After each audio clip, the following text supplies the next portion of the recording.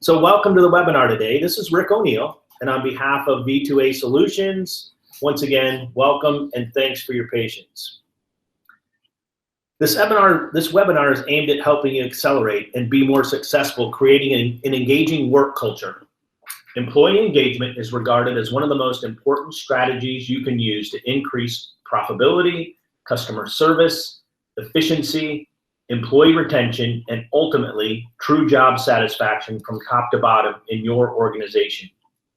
Much has been said about employee engagement, and many of the facts and references we are using can be found in the white paper Larry has prepared that you can download after this webinar. For those of you who have already embarked on the employee engagement journey, and it is a journey in your organizations, you know it's easier said than done. Today's webinar is aimed at helping you to become more successful in your efforts by understanding the 3 secrets about creating an engaging work culture. Larry Briggs has discovered these over the last 10 years of his research and practice in helping people like you become more engaged, and then by engaging others. For those of you who don't know Larry Briggs, he is the president and founder of V2A Solutions. For more than a quarter of a century, Larry has been coaching, training, and consulting with entrepreneurs and executives on subjects of leadership, strategy, communication, teamwork, and overall high performance. In addition to running V2A Solutions, he's an author and a sought-after speaker. His book, Sticky Leadership, is receiving great reviews on Amazon and is being used as a tool to help people like yourself get real leadership to stick in the heads, hearts, and actions of others. And with that, it gives me great pleasure to introduce to you Larry Briggs. Well, thanks, Rick, and I apologize for the challenges in getting us going. This is our first webinar, and we're using some of the Google technology, which we're excited about, but obviously we haven't figured it all out yet. So bear with us. I'm kind of adjusting the way we're showing the slides because we had some difficulty in that. So hopefully you'll get the essence of the presentation, and I'm pretty excited about the white paper I'll be sending you. So let's dive in. And before I get into the 3 secrets that I don't believe anyone's talking about as far as employee engagement is concerned, I thought we'd talk about employee engagement from the top. And basically, for those of you who aren't familiar with what employee engagement is, it's really the term that aligns with having people fully loving their jobs and providing 100% of their energy into the company. And companies who can do this well, it really represents a strategic advantage that can be used. And I'll be talking a little bit about our experiences in working with engaged employees and why we've come up with these 3 secrets. Some of the things that have been discovered is that employee engagement, the statistics haven't really changed much since this came on the scene. My own experience with this topic was back a number of years ago, 2008, I spent some time with an author by the name of Kurt Kaufman. He'd spent 18 years with the Gallup organization, and I got enthused by this topic based on his expertise and what I learned from him. What I've discovered since then, and looking at the statistics that are out there, it appears that on the average, we probably only have about 30% of the people in the US workforce that are engaged, and 22% of employees would report that they're thriving in their job. So, and these statistics really haven't changed much since 2008. One of the interesting notes is out of the downturn that happened, statistics of engagement with executives and the people who probably had the most on the line in trying to turn things around, their engagement percentages went up by a couple percentage points, but for the most part, it hasn't really changed. This issue seems to be elusive to companies, and in the Fortune 500 rankings, research says that, you know, their valuation, only 31% of how they're valued can be attributed to their book value and their profitability. The rest is really intangible. And so what we're talking about is, how do we go about releasing untapped potential in our organizations? It's kind of like gold in the ground. How do you dig it out? Because engaged employees are also the ones who can monetize innovation. There's two main sources of the statistics on employee engagement. One is the Conference Board, and the other is the Gallup organization that Kurt spent his time with. And they both agree around the percentages, even though they measure different things when they come up with their own figures. It's clear, everyone reports that engaging companies can attract the best talent. People want to work there, and it increases the overall value of their products and their book value. The Conference Board says that 27% of employees are highly engaged, 38% moderately, 19% are passive, they're just waiting for something to happen, and then 15%, and both Gallup and the Conference Board agree that actively disengaged employees are actually trying to blow things up. They're causing you difficulties. The other issue that engagement relates to has to do with the ability to execute on plans. And all of us invest time in strategic planning, and we realize that once we've got a really good plan, following it and making it happen is easier said than done. So one of the other benefits of employee engagement is that ability. So what we can assume is, in each of our companies, there's various distributions of highly engaged, moderately engaged, passive, and possibly actively disengaged employees. And the real question we need to ask, are we typical? Does our employees fall in that same distribution? There are engagement assessments. We have one we use. It's very simple. If you're interested in actually doing an assessment in your organization, we'd be happy to help you. And our approach in terms of what we measure is similar to what the others out there are doing. And the real question is, what are the effective, affordable approaches to improving employee engagement, given that it's highly beneficial? And can you start now? What is your role? What are the roles of others in your organization? And then how do you get it to really be part of your culture? How do you create an engaging work culture? So this brings us to the three secrets that I'll be talking about. And they are, number one, tapping into the power of individual and shared vision. Number two, recognizing the role that values play in the engagement process. And number three, how heartfelt communication is necessary to overcome the engagement challenges that every company runs into. So we're going to start with shared vision.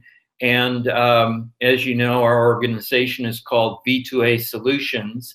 And V does stand for vision, and it's the first element of our leadership model.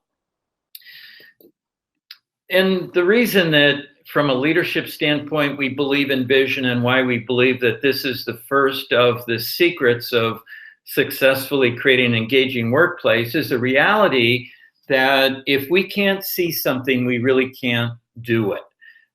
Things, you know, all great inventions, all great ideas start in our imagination.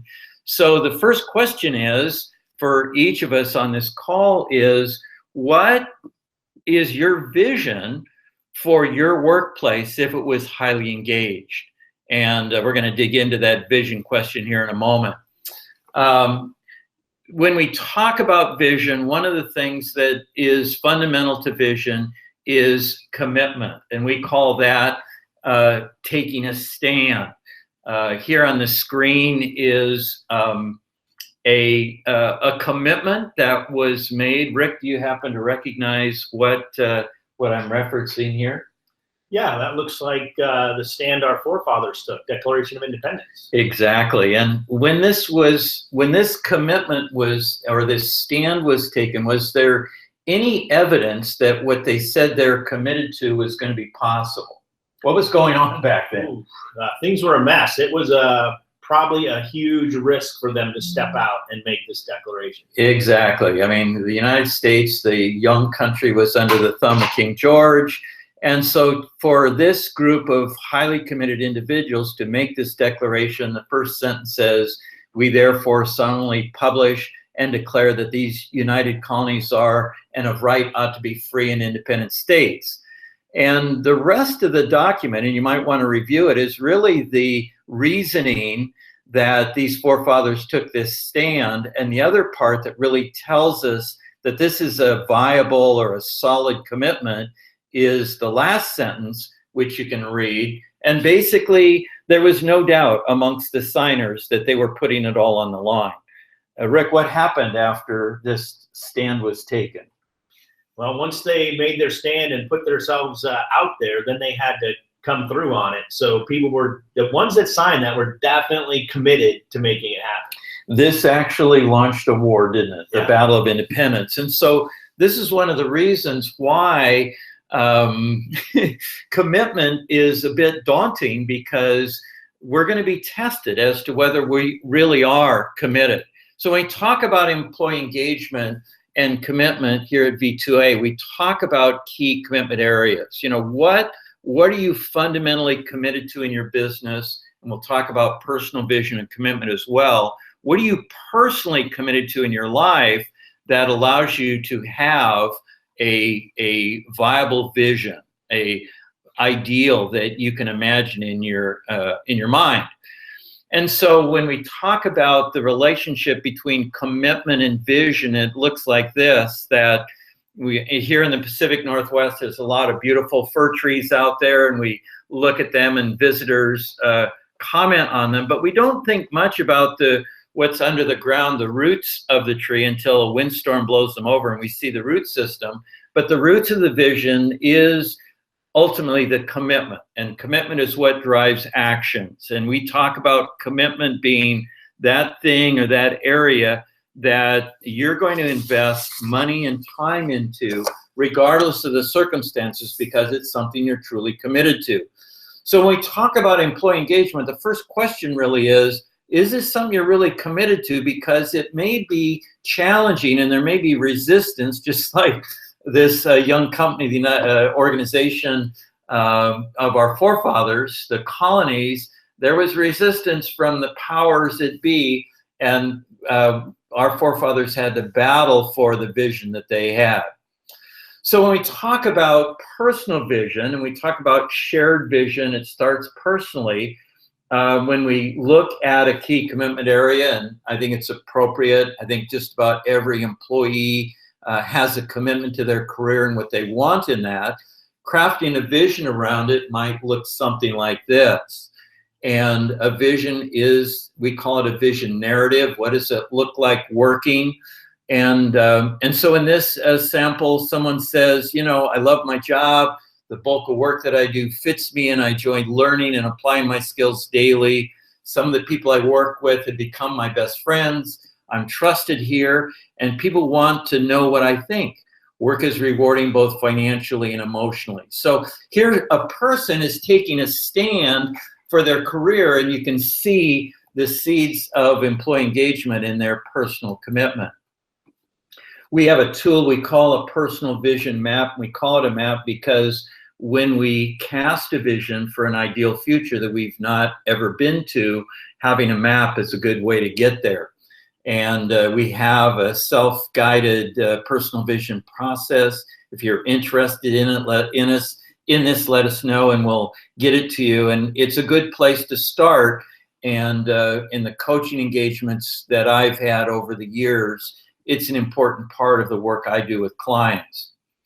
So if we think about personal vision in key commitment areas, and if there was a way, I've not figured this out yet, how to map it in a kind of a two-dimensional way, you would see that each key commitment area that a person has represents a different shape based upon the fact that each of us have our unique particular vision for what our commitment to family would look like, our commitment to relationships, finance, and so on.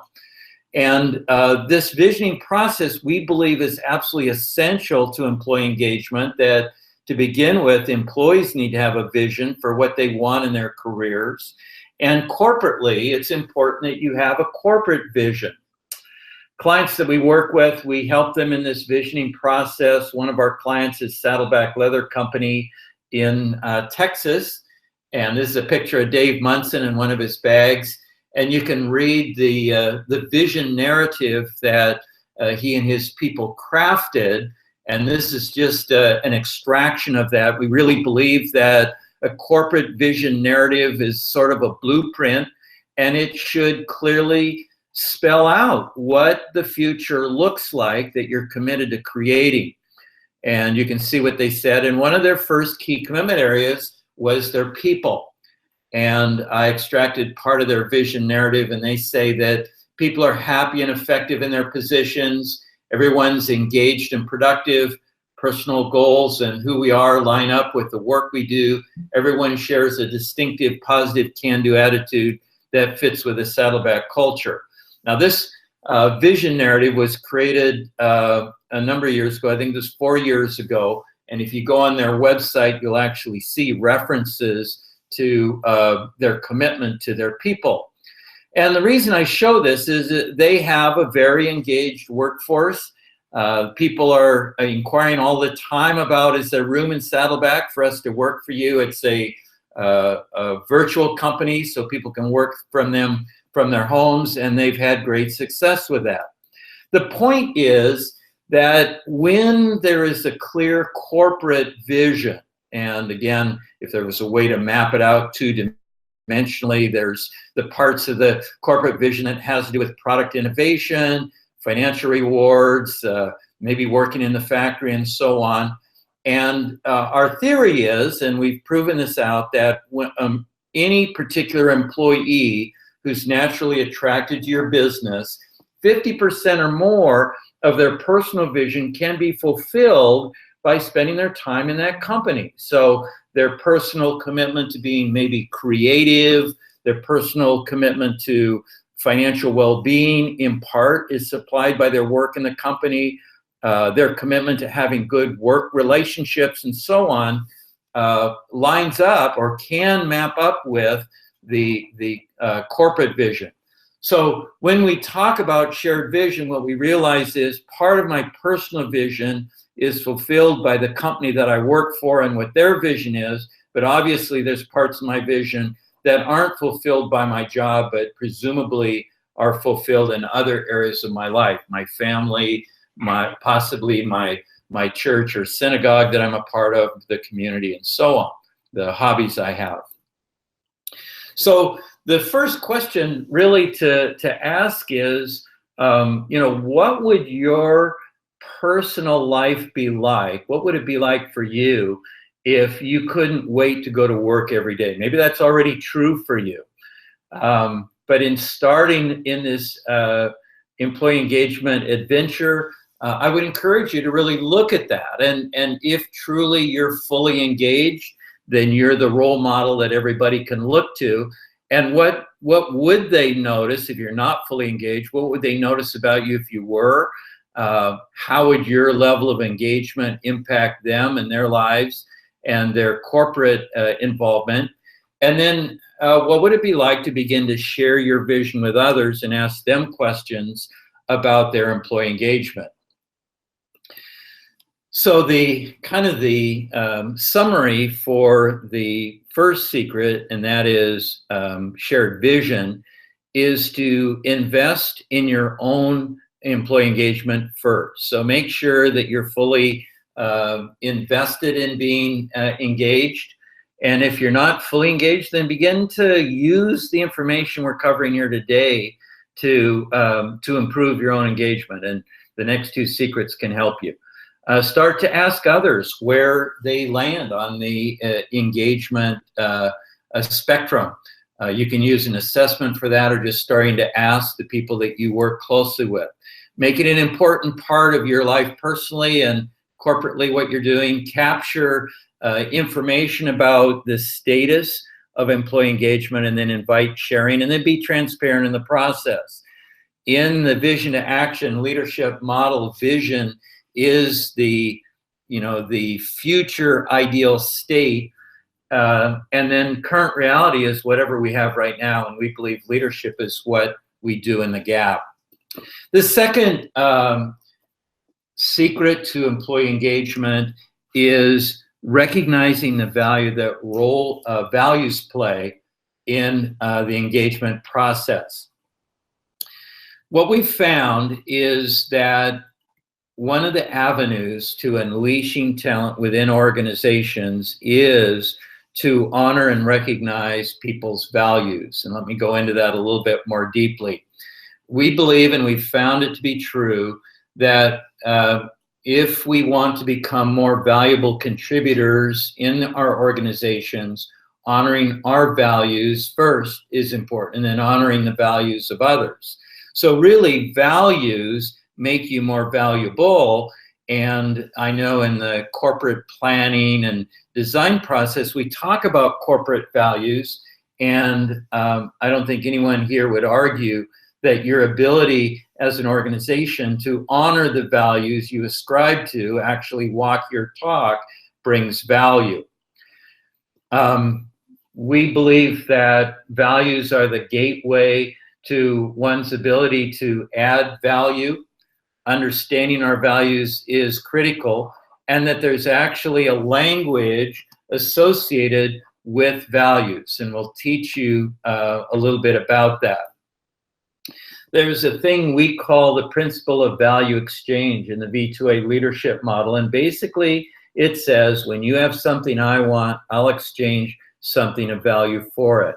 As we're well aware, before there was common currency in early history, there was a barter system. So we would exchange the works of our hands or the things we raised for the products we wanted. And this principle of value exchange is very active in our businesses. We know that the more valuable an organization is, the higher the stock price they have, and the more value their products are perceived to have, the greater cash and revenue that they create. The other thing about values is, and think about this for a moment, here's a question for you. Think about the people that you most enjoy spending time with. Pick someone that comes to mind and you just enjoy their company. You may or may not be able to enjoy their company that frequently, but when you're together, it's really a good time. And then ask yourself this question. What do you think their personal values are, the values that they live their lives by? And then look at your own personal values.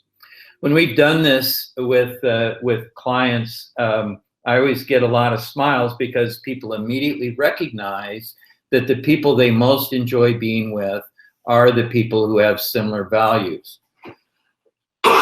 I learned this principle back when I was in sales. I worked for one of the early packaged accounting software companies, and I noticed that the clients that we sold who were the happiest with our products had the same values that our company had, and those values really guided the development of our products.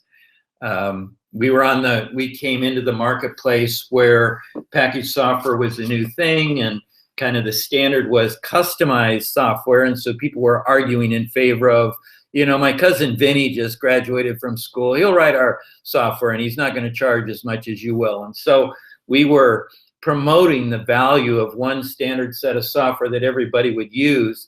And even though that's commonplace today, there was an enormous amount of resistance as this new concept came into the market. And I learned pretty quickly in my sales process to ask questions that would reveal what the values around economy and simplicity and kind of how this prospect guided their company. And when I found alignment with the values that our company had, I had much greater success, and it saved time.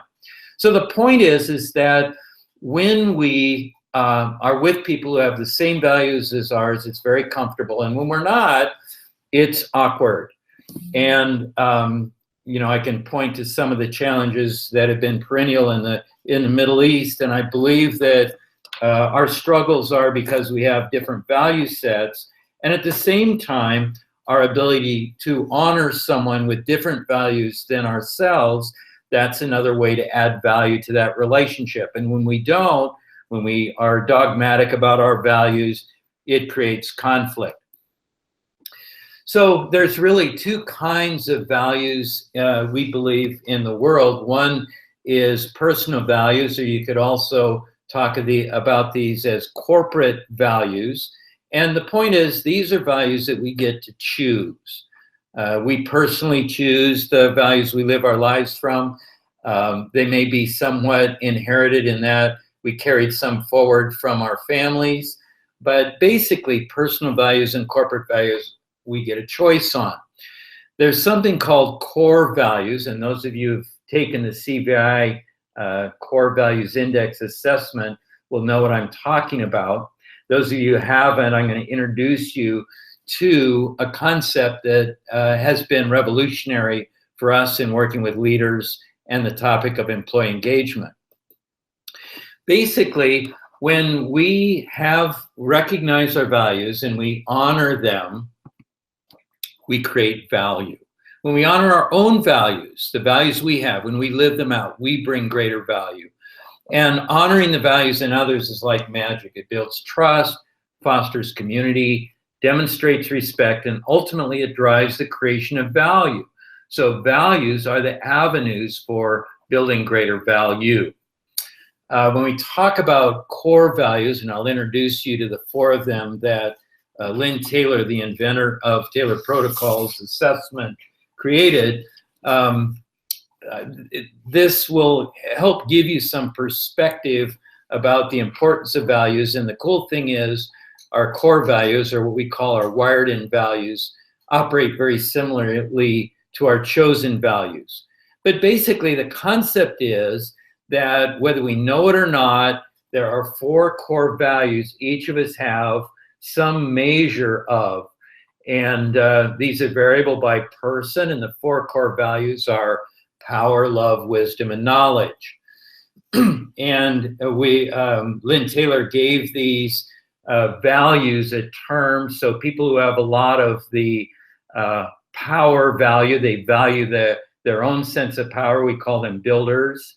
The people who value, have the value of love, and I know that sounds awkward or odd in a business context, but I'll explain a little bit more fully in a moment here. We call them merchants because they tend to work close to the customer and affect the value sharing or the exchange of products. People who value wisdom, we call innovators, and people who value knowledge, we call bankers. And the point is that all of us have a certain amount of each of these, and when you take the CVI or core values instrument, it will let you know numerically how much of that kind of, and we call it a type of energy that you have. So people who have a large amount of the builder energy, they value their own power, they believe in themselves as powerful people, and there's a companion value they also have called faith. So the more faith they have in themselves, the more things that they can create and make happen. And you know, you've got people like this in your organization when they're sitting in a meeting and the meeting to them seems like it's running long, their knee is bouncing, and they just want to get out there and start doing something. Let's quit talking, let's just get something going. And their faith and their ability to just take action is what makes things happen. So the core value is power, and all of these values, these four values, are given to us so that we can bring value to other people. So it's a contributory thing. And as you can imagine, what they bring to the team is action results, and their learning style is decide and do. So builders are experiential learners. Excuse me. And each of these four values, if we don't choose to go to another value when it's called for, then we kind of go dark, and for builders, they will intimidate or threaten to get things done because they've relentlessly committed to taking action. And maybe what's needed isn't action, maybe what's needed is relationship, and that's the job of the merchant. So the core value of love really is best explained as the value of nurturing the values of others, or they're very committed to relational things.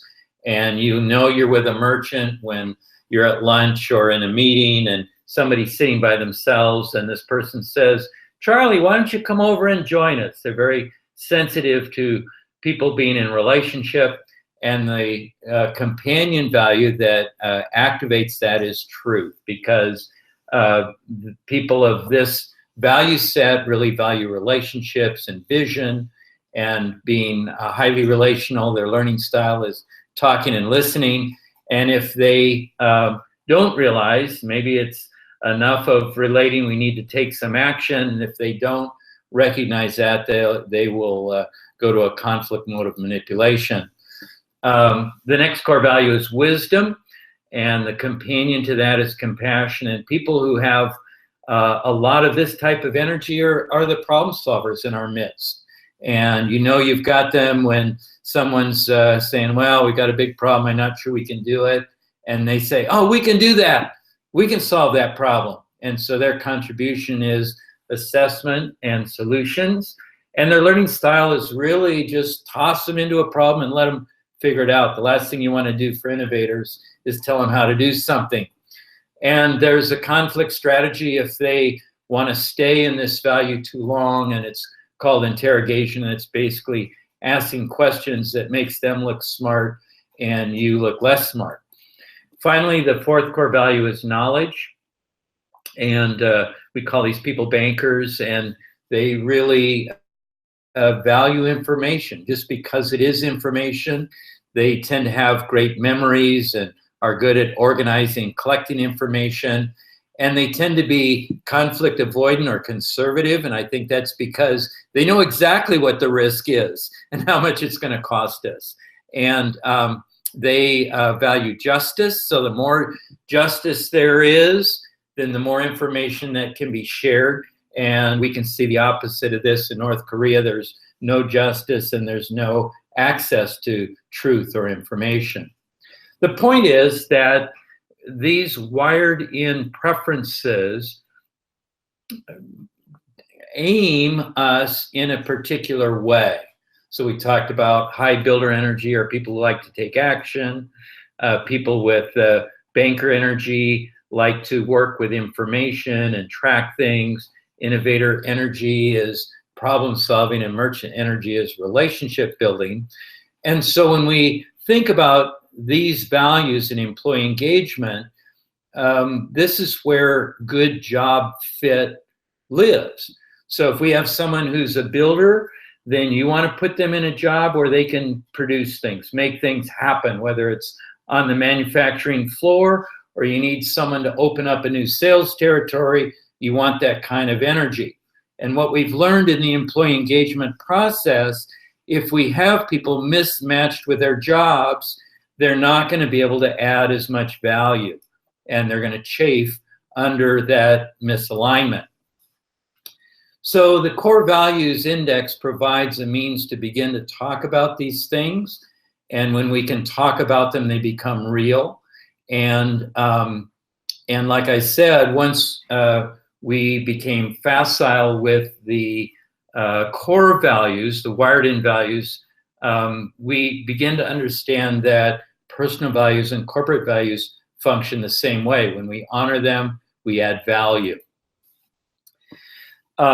Given that the core values don't change over time, Lynn Taylor says they're 94.5% static or accurate. So if you take a CVI assessment today and take it 3 years from now, it really isn't going to change. So this is kind of our hardwiring. You might think of it as the hardware part of you, and then the software is your personality and how you've learned to use the skills and abilities that you have. The the key to using values in the engagement process is really start by clarifying and honoring corporate values, and recognize that when everyone honors our corporate values, we will become more valuable as an organization. And this kind of points back to commitment and vision, doesn't it? Vision and values are really two sides of the same coin. One side is, the vision side is, what does the future look like? And then the value side really tells us how we're going to get there. The third secret to employee engagement is heartfelt communication and its importance in overcoming the natural challenges of creating an engaged workforce. Here's a question. How much do you know about what people really think? You know, what they think about their jobs, what they think about the way you're leading the organization, and so forth. And when I ask people this question, some people are highly confident and say, well, I think I got a pretty good feel for that. And other times, people will say, I'm not really certain. I think in general, we find it difficult to really know what people think and find some measure of difficulty in being honest with each other in the workplace. The reason I bring this up, and the reason that heartfelt communication is the third secret, is if we're really going to have authentic engagement, we're going to have to learn to have honest and heart-to-heart talks about our job fit and what we aspire to personally. There are 5 obstacles that I've seen to true employee engagement. Remember, I said early on that the national statistics in terms of how many people are actively engaged and how many are disengaged. The fascinating thing is that these national statistics haven't really changed over time, and it leads us to believe that there's something pretty powerful keeping us stuck. And these 5 items, I believe, are what we need to overcome with our skilled communication. So pseudo-transparency and fear, I believe in every workplace, there is some measure of fear, a reluctance to be totally honest because of the consequences, what we're fearful of what other people might think. And even if we're quite diplomatic, it might go badly. And so we don't address those things. And it is fear that keeps us from having those honest conversations. So what that then produces is what I would call pseudo-transparency or pretend, transparency. We're not always completely honest. We kind of tell people what we think they want to hear from us.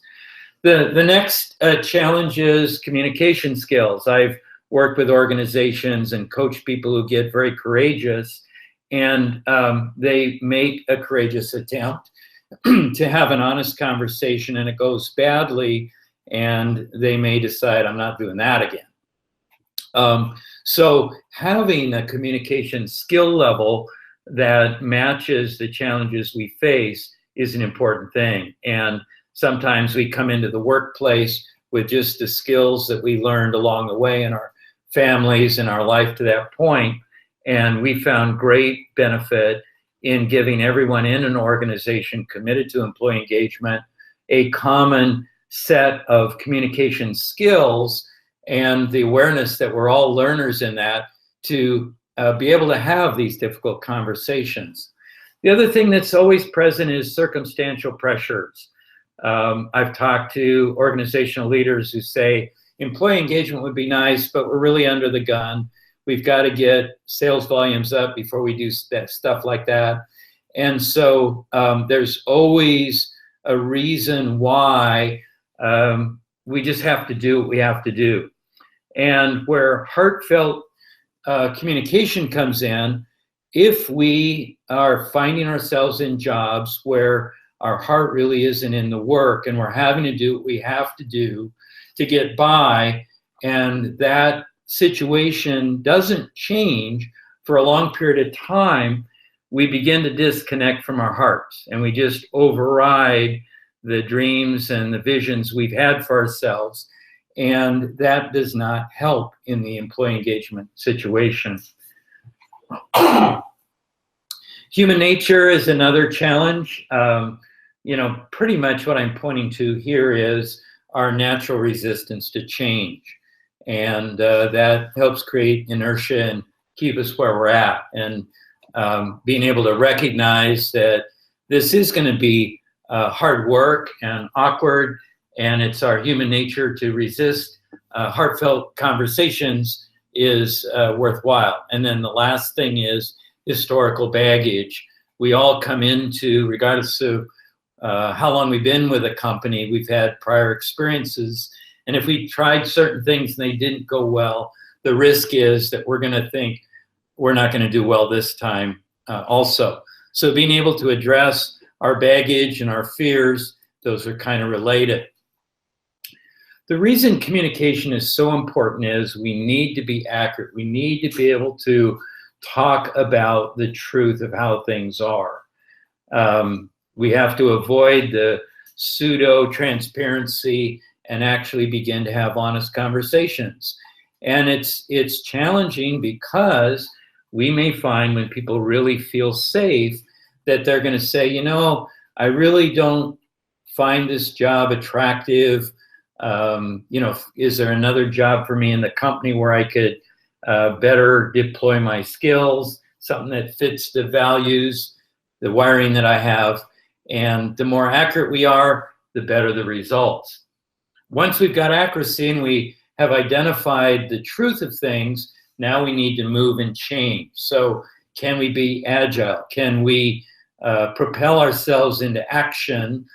And so being able to talk honestly about our fears and what's needed and allow ourselves to be challenged and live up and into those challenges is really important. And then keep it going. Engagement, the journey to engagement has some hurdles.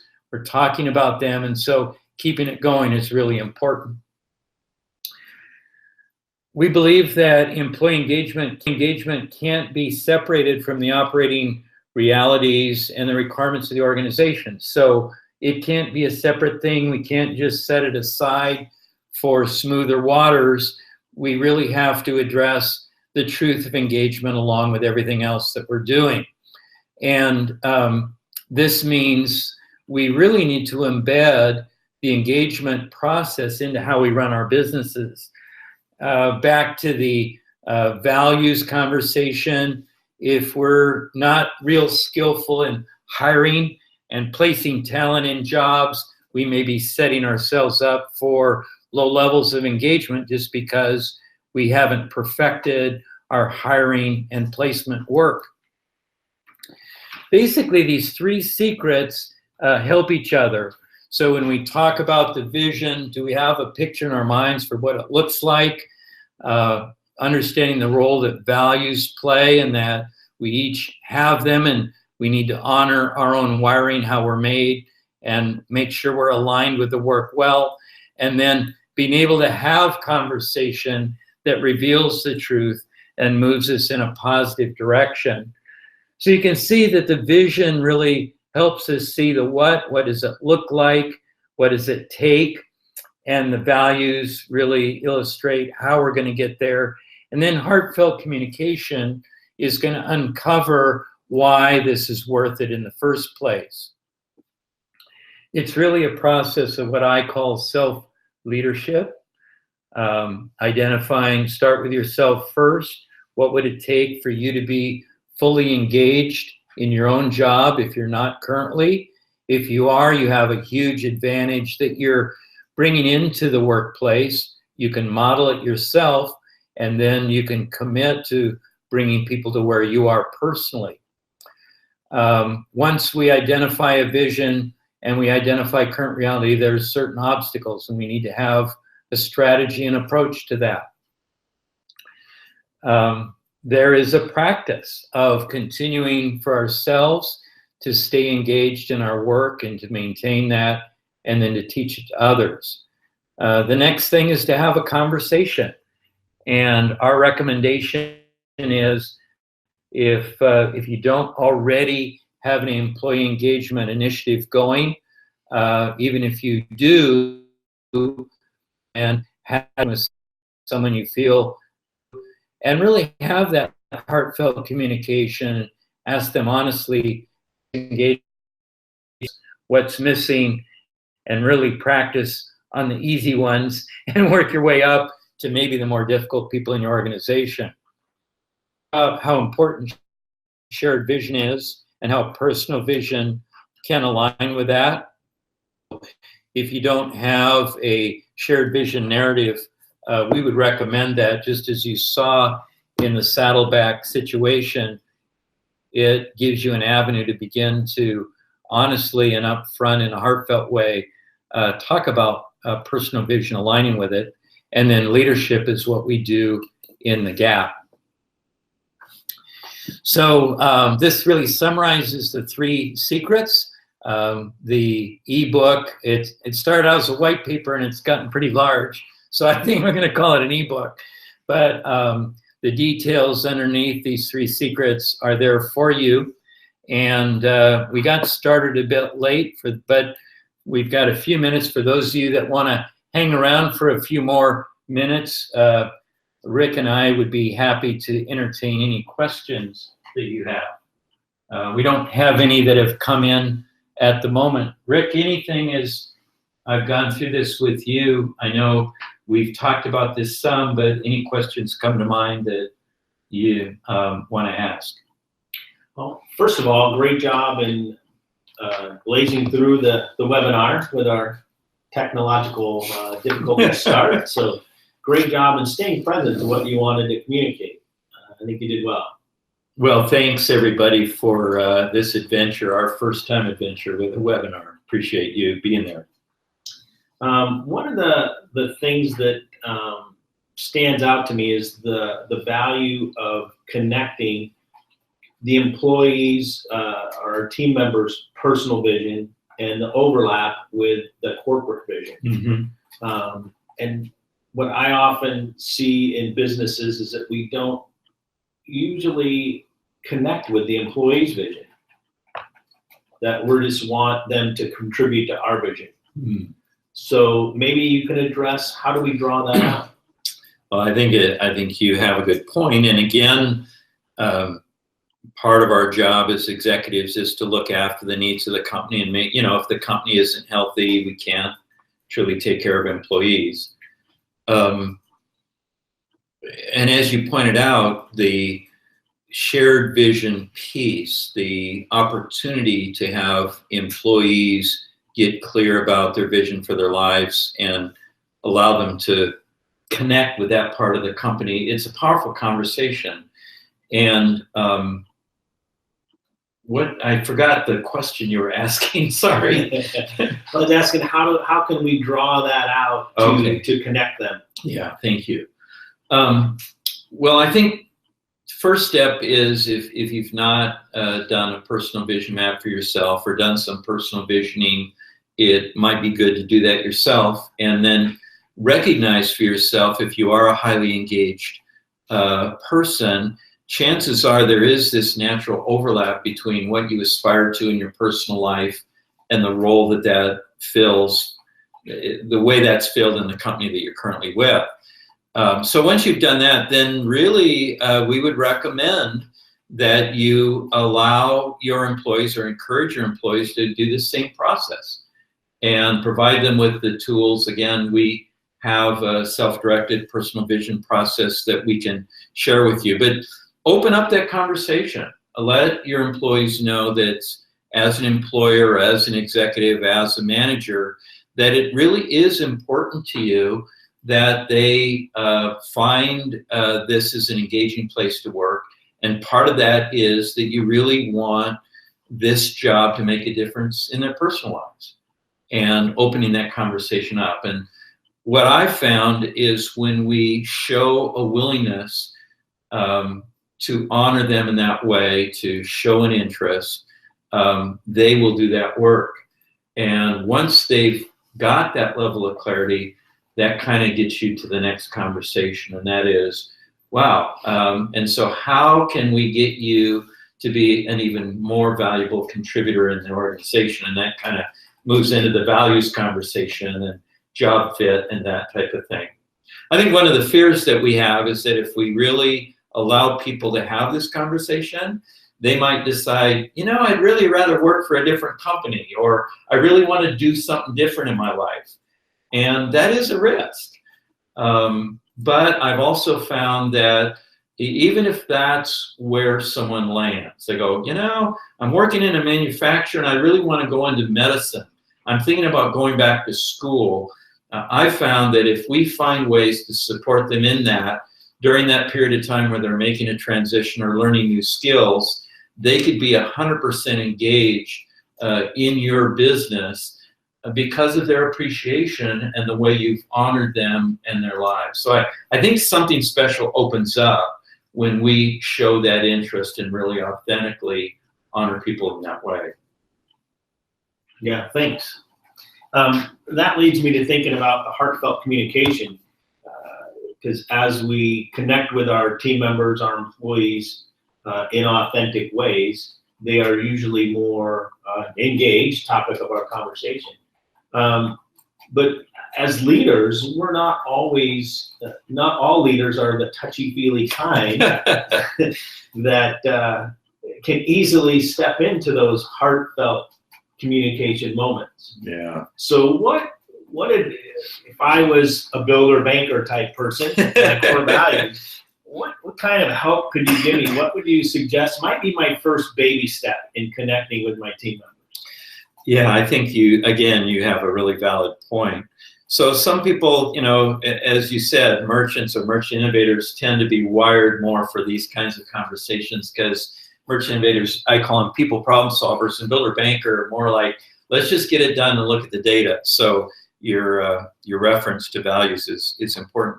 I would say for those of you out there who may struggle with this whole idea of talking about people's hearts and so on, just about any of us can say, you know, Susie, what is your heart's desire in this job? And even if it isn't a natural part of our vocabulary, people tend to understand what you're pointing to, and they may be shocked if you're a builder banker type that you're even asking that. And rather than, you know, working real hard to connect with them emotionally, I mean, that is certainly part of what I think opens up. People start to reveal themselves. But even if you're just saying, talk to me about, you know, if you're a banker type, builder banker, I just want to get something done. I want to know what your heart's desire is, because if there's a way we can honor that in the business, we want to.